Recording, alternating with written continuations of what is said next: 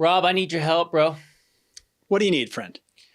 Hey, man. So I got a chronic paper cut, and you know my dog Nemo, right? Captain Nemo. I know Nemo. Fine. Yes, I do.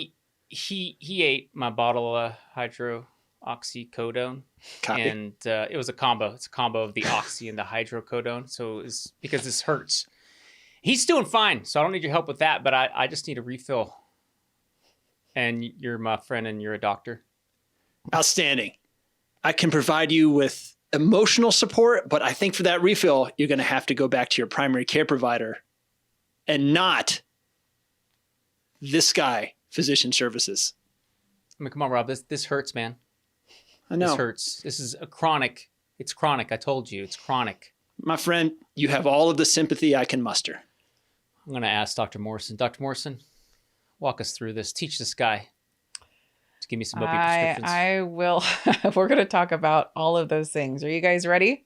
All right, gentlemen. Well, you very well know that we are in an opioid crisis in this country, right? And so this paper talks about opioid prescribing patterns from the emergency department, and they look at a specific ED. But before we go there, did you know that opioids are now the leading cause of death in the United States from overdose? And actually, this surpassed motor vehicle accidents as the highest cause of injury and death in the US. That was a few years ago. So pretty gnarly and impressive epidemic we have going on.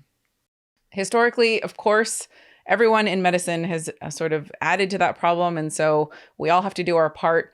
Looking at prescribing from the emergency department has been a big area of scrutiny. And so this study looked at a QI project in an urban non-university teaching hospital in the Pacific Northwest. They have about 23,000 ED visits per year. And they wanted to see what would happen if they implemented an ED opioid prescribing policy in an attempt to reduce these opioid prescription patterns and habits. The primary outcome they looked at was whether the ED opioid prescription rate would come down when compared to the number of emergency department visits. And also, if it did come down, what number of tablets or pills were they prescribing? So this is what they were looking at. So in this study, they took everyone who was an adult, no kids, anyone who came to the emergency department between 2007 and 2014, and they only looked at patients who were discharged from the emergency department. So no one admitted and no one placed in an observation unit. They reviewed electronic medical records to obtain their data, and they looked at any prescriptions given from the emergency department from 34 ED providers where they prescribed either opioid tablets or capsules. And this is really interesting. So they actually adopted a prescribing guideline based on the Washington ED Opioid Abuse Work Group, this set of guidelines. And I hope you two are paying attention, especially you, Matt.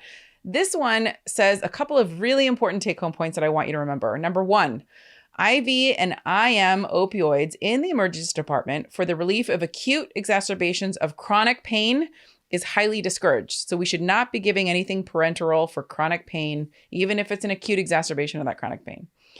Secondly, us as EM providers should not be replacing prescriptions for any controlled substance that was lost, destroyed, or stolen. So these patients need to be sent back to their primary care or their pain management doctors, whoever's regularly managing them. These should not be replaced from the emergency department. And lastly, prescription opioids from the emergency department for acute injuries, so let's say someone actually does need some opioids, should not exceed 30 pills. So keep it short and sweet. So in the results, so this was between 2007, 2014, they had over 100,000 emergency department visits and over 25,000 opioid prescriptions.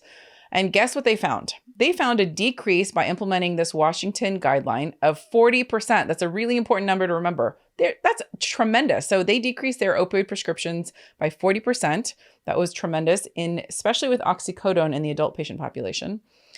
And even the number of pills, that secondary outcome they were looking for, went down by almost 15%. So 14.8% after the intervention. So both had really, really strong effects. And they wonder why, like, was this just that tool or were there other things? They actually think that this was multifactorial. There was a statewide prescription monitoring program that was implemented as well. And so they think that may have helped. Regardless, we know that these types of policies are helpful. So an ED opioid prescription policy can reduce the number of opioid prescriptions as well as the number of pills that are prescribed. We should not be giving IM or IV opioids in the emergency department for that acute exacerbation of chronic pain. We definitely should not be replacing prescriptions for controlled substances that were lost, destroyed, stolen, or eaten by dogs.